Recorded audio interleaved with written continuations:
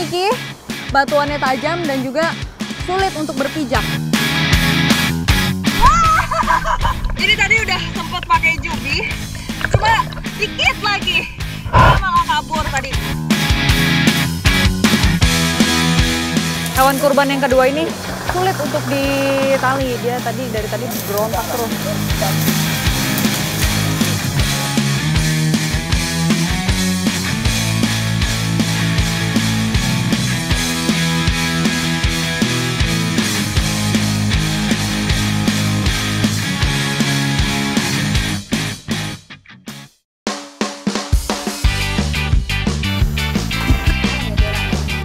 Keindahan perairan Sulawesi Utara sudah tidak diragukan lagi.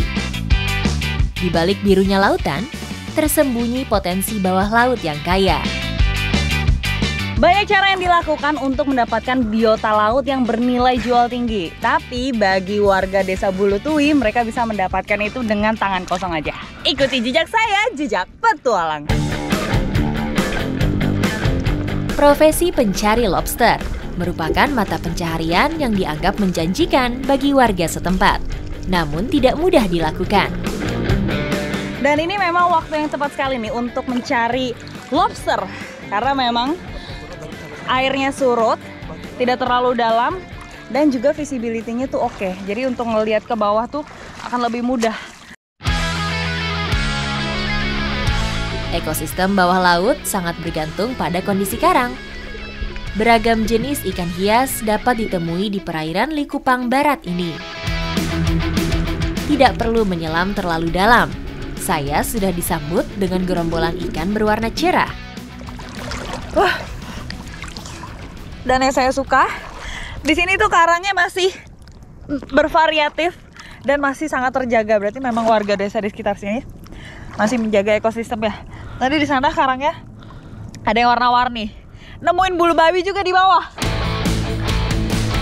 Tanpa menggunakan alat bantu berupa snorkel maupun fins, para pencari lobster sudah terbiasa menahan nafas. Membutuhkan waktu yang tidak sebentar untuk mencari hewan bercangkang ini.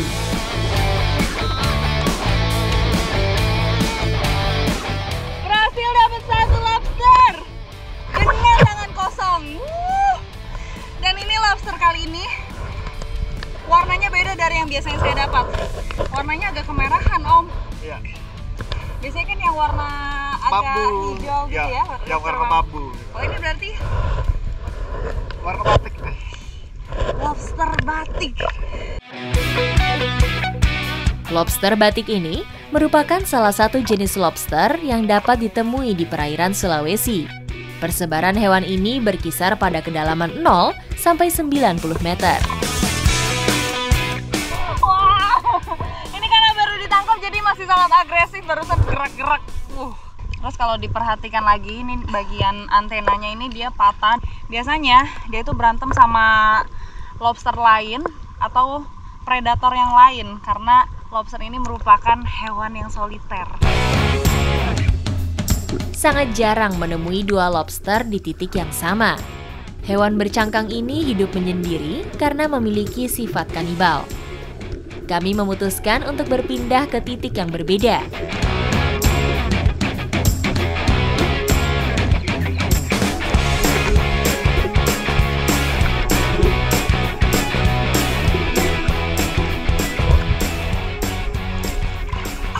Dapat lagi. Ini nih dapat lobster, tapi beda sama yang sebelumnya. Tadi lobster batik, nih lobster bambu. Awalnya tadi Abang mulai mengintai di bawah karang yang bentuknya kayak mangkok. Terus dilihat di bawah, ternyata ada lagi bersembunyi di sana. Para pencari lobster Bulutui terbiasa berburu menggunakan tangan kosong. Tujuannya agar menjaga lobster tetap hidup dan dapat dijual dengan harga tinggi. Nah, ini memang ngambilnya juga dijaga semaksimal mungkin supaya tidak ada yang patah bagian tubuhnya. Karena kalau kaki-kakinya itu atau ya ini. Wow! Kalau kaki-kakinya udah patah itu dianggapnya cacat dan nilai jualnya jadi menurun. Setelah berenang cukup lama, nampaknya saya belum beruntung. Karena belum selihai para pencari lobster, saya memutuskan menggunakan alat bantu. Karena tadi pakai tangan kosong saya nggak dapat. Ada Om di sana. Ada. Nah ini pas banget nih. Saya mau coba mencari lobster pakai jubi. Jubi itu seperti spear gun, cuma ini tradisional. Jubi merupakan sebutan masyarakat setempat untuk alat tangkap berupa panah. Senjata tradisional ini telah dimodifikasi untuk penggunaan yang lebih praktis. Saya pun mencoba membidik lobster di tempat persembunyiannya.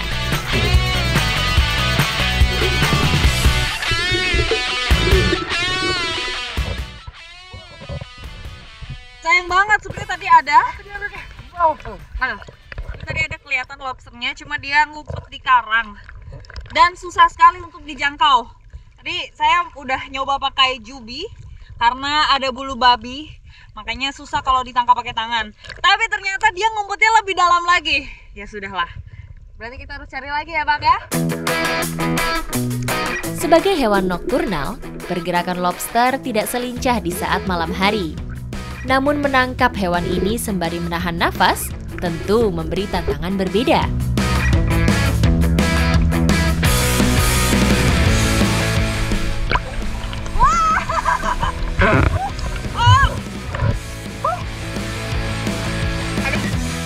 Jadi tadi udah sempat pakai jubi, cuma dikit lagi dia malah kabur tadi. Nah tapi karena gerakannya belum terlalu cepat, langsung saya tangkap pakai tangan. Karena memang ini bentuknya juga kecil, jadi lebih mudah untuk ditangkap. Om, tidak apa-apa, tidak pakai jubi. Sudah berusaha pakai jubi, ternyata susah. Iya. Nampaknya hari ini Dewi Fortuna berpihak pada kami. Beragam jenis dan ukuran lobster berhasil kami dapatkan. Wow, Om, tadi kita udah dapat lobster batik yang besar, Iya. yang kecil juga dapat, sama ada satu lobster bambu. Bambu, ya. Ikuti jejak saya, jejak petualang.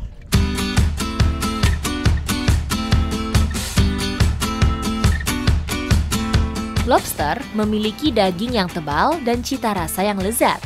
Karakteristik inilah yang menjadikannya sebagai primadona dan memiliki nilai jual tinggi. Kalau biasanya makan lobster itu dibakar, kali ini saya mau bikin beda. Jadi santan kari lobster. Kuah berwarna kuning dari kunyit menjadi ciri khas kari santan.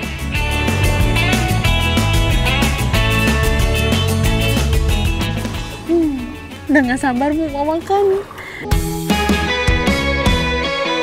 Menikmati tebalnya daging lobster selagi hangat, semakin terasa nikmat ditemani deburan ombak di pinggir pantai. Rasa lelah saya terbayarkan dengan lobster yang sebesar ini nih. Ikuti jejak saya, jejak petualang.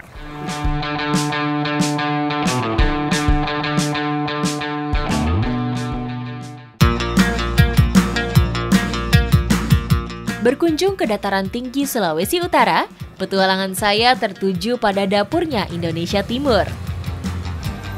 Hari masih pagi, namun hiruk-pikuk pasar Modo Inding tak pernah sepi.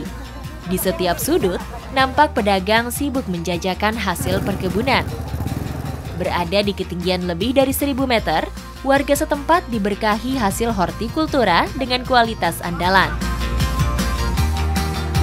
Modo Inding dikenal sebagai dapurnya Indonesia Timur. Terlihat dari hasil pertanian dan juga perkebunannya, itu banyak sayur-sayuran yang segar dan juga rempah-rempah yang melimpah.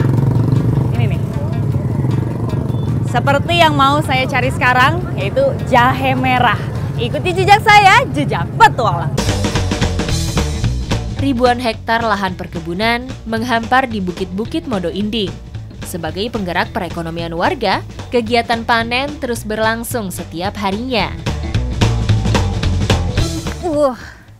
Di kebun goraka ini kalau sudah mau panen, antara pohon atau daun gorakanya sama rumput liar itu sulit terlihat. Karena memang rumput liarnya itu tinggi. Memang kalau udah deket-deket panen udah nggak dibersihin lagi ya Om? Iya. Goraka atau jahe merah dipanen ketika berusia 9 bulan. Tanaman jahe yang kering justru merupakan pertanda bahwa rimpangnya sudah siap panen. Wah, Nih setelah digali, gorakanya ternyata besar. Padahal tadi pohonnya itu udah mati. Tapi goraka tidak mati, justru dia kualitasnya tuh semakin bagus. Kita coba pecahin dulu ya, Om. Ya, boleh. Kualitas yang bagus nampak dari warna kulit jahe yang lebih merah. Dibandingkan jahe putih, goraka ini memiliki kandungan nutrisi yang lebih unggul. Tingginya antioksidan inilah yang nampak dari warna kemerahannya. Dan sehabis panen kita bisa juga nih ngambil bakal tunasnya yang seperti ini, itu untuk dijadikan bibit. Jadi kita pecah-pecah kayak gini. Nah, tuh kelihatan. Sebagai tanaman rimpang, goraka tumbuh dari tunas di bagian akar. Biasanya bibit dipilih dari jahe yang berukuran kecil. Wah, ada cacingnya nih, Om. Nih, saya nemu ada cacing. Tapi justru itu pertanda kalau tanahnya ini masih gembur. Suburnya tanah Modo Inding tidak terlepas dari peran aktivitas vulkanik dari gunung api Soputan. Tak heran, berkebun dan bertani menjadi mata pencaharian warga sejak dulu. Ini nih, panen goraka itu dilakukan pada saat harganya lagi tinggi-tingginya. Pas lagi harganya turun, biasanya gorakanya ini dibiarkan saja dan tumbuh lagi sekitar 7 bulan kemudian baru bisa dipanen lagi. Meskipun akan tumbuh kembali, goraka yang dipanen di periode kedua biasanya memiliki warna yang lebih pudar. Tentu saja hal ini mempengaruhi harga dan kualitas yang dihasilkan. Dalam satu tetek atau kurang lebih 1/4 hektar itu bisa menghasilkan 15 ton goraka. Makanya seharian aja tuh nggak cukup. Padahal nih orang-orangnya udah lumayan banyak. Goraka yang sudah dipanen dan dibersihkan dari akar-akaran kemudian dikumpulkan. Meskipun prosesnya tidaklah rumit, panen harus dilakukan oleh banyak orang. Kalau dari aromanya sih enak banget dari tadi saya cium ya. Dan saya emang pecinta jahe juga sebetulnya. Oh. Tapi kalau dimakan langsung belum pernah. Coba boleh dimakan langsung. Boleh ya? Dipastikan aman ya. Pedas. Manis. Enak banget. Pedasnya belum langsung terasa. Rasanya pedas, tapi seger. Ikuti jejak saya, jejak petualang.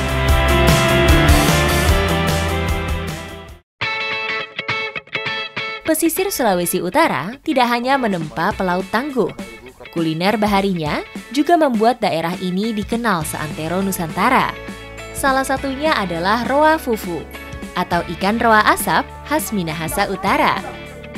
Saya memutuskan untuk berkunjung langsung ke pusatnya, yaitu Kinabuhutan. Di pulau ini, roa fufu sudah menjadi bagian dari kehidupan masyarakat. Ini memang kalau mau fufu ikan itu memakan waktu 1-2 hari. Nah, kalau tadi bagian kepalanya sudah di bawah, nah sekarang gantian nih, bagian ekornya yang di bawah. Ikan roa diasap dalam bangunan-bangunan khusus yang tersebar di tepi pantai. Hal ini untuk menjaga asap tetap terkumpul dan mempercepat prosesnya. Pengasapan ini berlangsung setiap hari dan tergantung dari hasil yang didapat para nelayan. Aromanya nih udah ikan asap banget.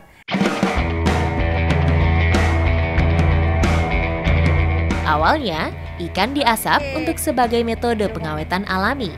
Namun kini, roa fufu justru menjadi kuliner daerah dengan cita rasa khas. Ikan roa yang sudah difufu sekarang mau diolah menjadi dabu-dabu roa. Dabu-dabu roa merupakan sambal yang dimasak bersamaan dengan ikan roa. Memisahkan daging ikan yang sudah difufu itu tidak semudah yang saya bayangkan karena sudah keras. Terus kita benar-benar harus ngambilin dagingnya aja, nggak boleh ada duri-duri yang nempel karena biasanya duri-durinya itu juga susah untuk dihancurkan nantinya. Tekstur roa dapat disesuaikan dengan selera. Untuk hasil yang benar-benar halus, roa ditumbuk menggunakan lesung dan alu tradisional. Tambah terus. Ya, wah. Ya, Uto maaf. Memang ini harus benar-benar dilakukan para ahlinya. Meleng sedikit langsung tumpah sedikit. Rugi berapa? Rugi berapa ini Uto? 50.000. Rugi 50.000. Menggoreng dabu-dabu roa membutuhkan banyak minyak. Tujuannya agar bumbu benar-benar meresap secara rata. Oke, Mama siap?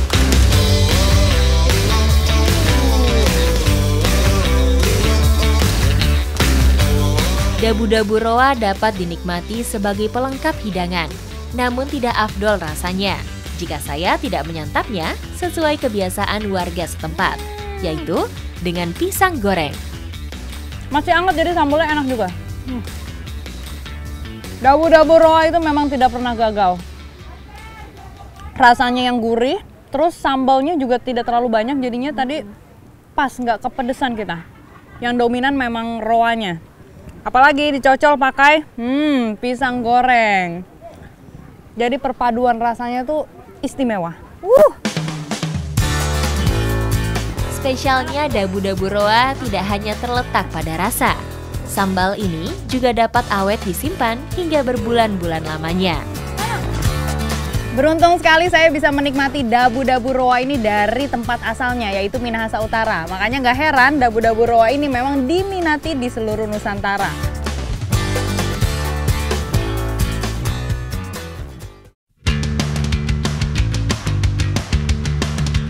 Tersembunyi di balik hijaunya rimba, tebing Takaan berdiri menjulang. Bagi para pecinta ekstrim sport di Sulawesi Utara, Amurang sudah tidak asing lagi, tepatnya di Kilo 3. Dari semua tebing, sekarang saya mau menaklukkan satu tebing Takaan nih. Tebing Takaan merupakan tebing bebatuan andesit yang terbentuk secara alami. Ini tebing yang saya naiki, itu ketinggiannya kurang lebih 10 meter sampai ke atas. Tapi memang kalau untuk dipanjat itu sulit sekali karena batuannya tajam dan juga sulit untuk berpijak. Makanya kita memakai cara ascending. Ascending berarti teknik bergerak naik dengan mengandalkan seutas tali. Pada medan sulit sekalipun, metode ini tetap dapat dilakukan. Cara ascending ini kita harus mengiramakan tenaga yang ada di tangan dan juga di kaki. Jadi saat tangan kanan dinaikkan, badan juga harus dinaikkan. Jadi harus seirama. Alat yang digunakan otomatis mengunci ketika diberi beban.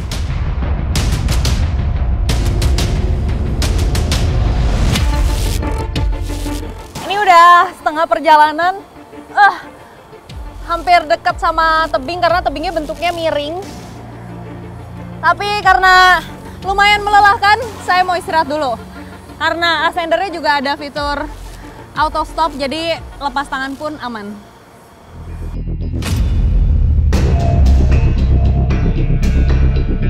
Semakin lama saya mencapai puncak, ikatan pada harness semakin terasa tidak nyaman. Saya memutuskan kembali mengerahkan tenaga untuk bergerak naik.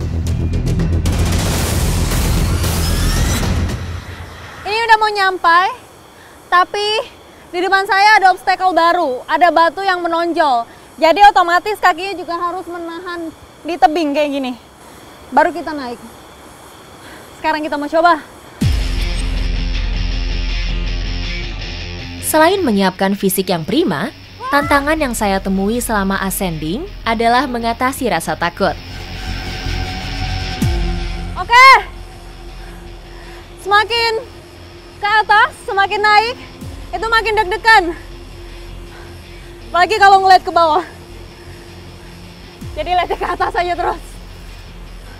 Semangat karena bentar lagi mau sampai. Wow! Setelah berjuang melawan rasa lelah, sampailah saya di titik puncak. Menikmati keindahan struktur batuan dari dekat dan bentang alam di ketinggian 10 meter terasa mendebarkan.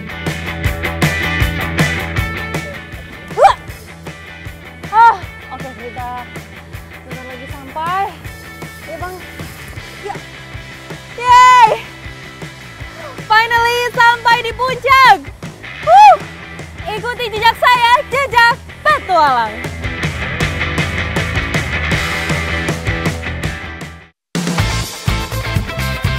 Semburat jingga menutup petualangan saya di Sulawesi Utara. Ikuti jejak saya, jejak petualang.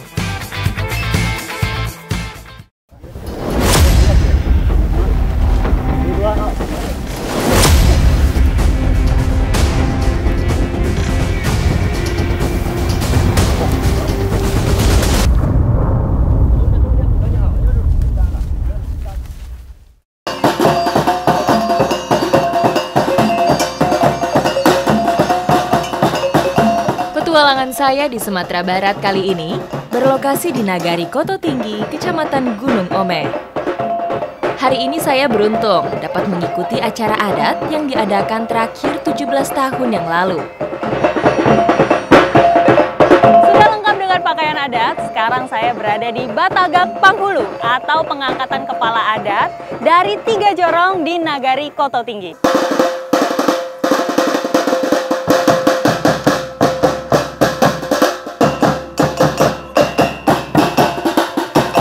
Pakaian adat yang digunakan mempunyai makna yang berbeda-beda. Baju hitam hanya digunakan oleh pemangku adat. Baju merah merupakan pakaian adat kebesaran wanita Minang yang disebut dengan bundo kanduang. Sementara baju putih digunakan oleh keluarga atau saudara, serta digunakan oleh pemuka agama atau alim ulama.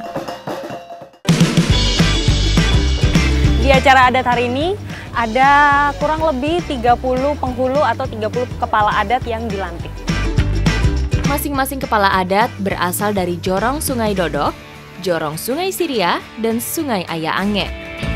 Setiap penghulu wajib membawa talang yang isinya itu ada makanan-makanan, salah satunya lemang.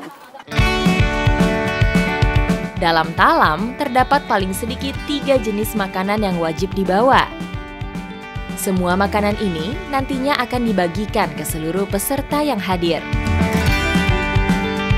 Bajamba atau makan bersama menjadi salah satu simbol kebersamaan bagi masyarakat Minangkabau.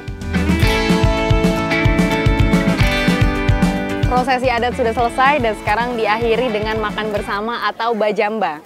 Kira-kira persiapannya itu dari awal seperti apa? Ikuti jejak saya, jejak petualang. Butuh persiapan yang matang sebelum dilaksanakannya acara ini. Mulai dari persiapan memasak, sampai pemotongan hewan menjadi syarat wajib pelaksanaan pengangkatan kepala adat. Biasanya sebelum prosesi pengangkatan kepala adat, memang ada hewan yang dikurbankan. Ini saya sudah bawa kerbau dan juga ada sapi yang siap untuk dipotong.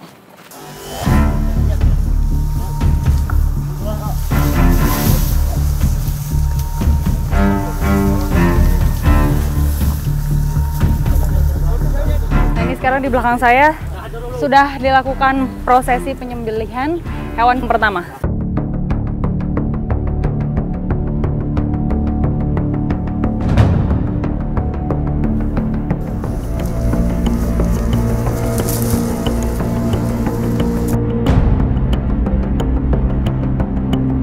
Hewan yang kedua ini memang dia sulit untuk ditali, dia dari tadi berontak terus.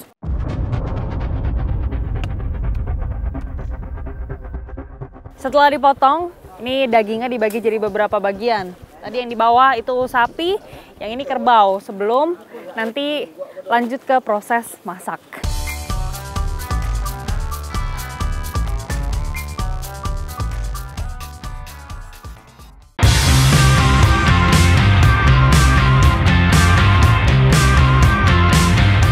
Nah, sekarang saya sudah sampai di dapur umum.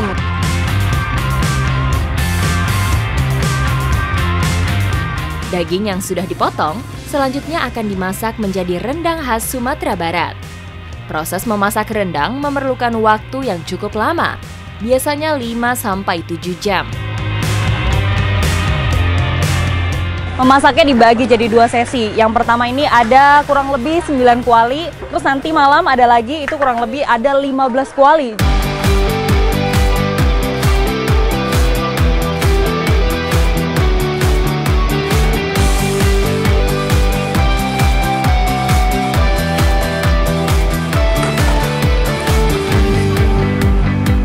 Bambu-bambu ini dikumpulkan untuk membuat lemang. Nah, lemang itu salah satu makanan yang selalu ada di acara-acara besar atau acara-acara adat. Halo Ibu. Wah, saya mau ikut bantu ya Bu.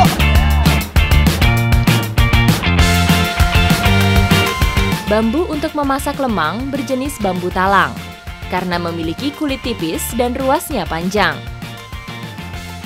Bambu harus dilapisi daun pisang terlebih dahulu supaya beras ketan tidak lengket serta menambah aroma pada lemang. Ini sekarang saya lagi memeras santan. Caranya cukup unik, menggunakan alat apa Bu tadi namanya? Kaci. Nama alatnya itu kaci. Jadi dia diperas tapi sambil didudukin. Jadi dia menggunakan berat badan kita.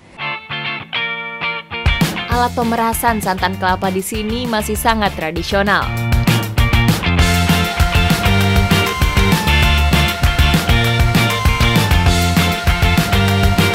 Dalam satu batang bambu, biasanya berisi 2 gelas santan agar rasa lemang lebih gurih. Untuk 30 kilo beras itu membutuhkan kurang lebih 33 butir kelapa.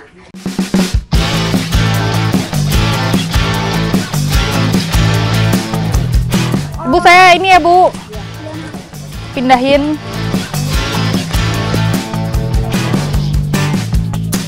Ini lemang kloter pertama siap untuk dibakar.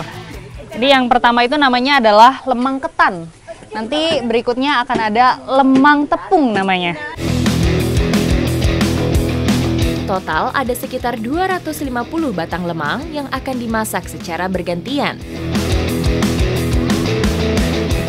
Membakar lemang ini memang harus sambil diputar supaya dia tidak gosong di satu sisi saja dan matangnya juga lebih merata. Nih, muter-muternya menggunakan alat yang khusus, pakai ini nih. Ini semacam cantelan tapi dia terbuat dari tangkai. Jadi lebih mudah untuk menggeser-geser atau memutar-mutarnya. Tak hanya lemang ketan, ada juga lemang manis yang memerlukan waktu sekitar 3-4 jam untuk memasaknya.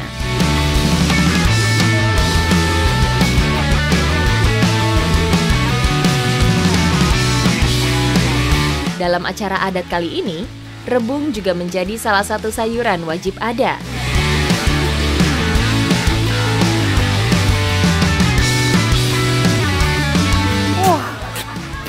Ini pertama kali saya melihat rebungnya sebesar ini. Ini tuh dari bambu betung namanya.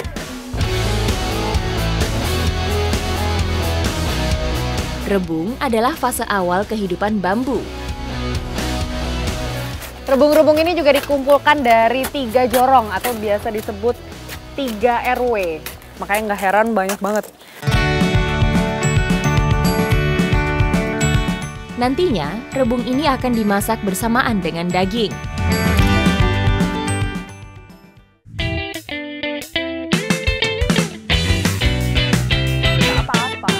Selain persiapan memasak, warga juga mempersiapkan dekorasi berupa gapura khas rumah gadang. Ini bapak-bapak di sini lagi bergotong royong membuat gaba-gaba gonjong. Atau kalau saya lihat ini tuh memang atap untuk ditugu nanti gitu ya Pak? Iya. Wih, keren ya. Bahan yang dipakai berupa rotan, bambu, dan ijuk yang didapatkan dari sekitar desa.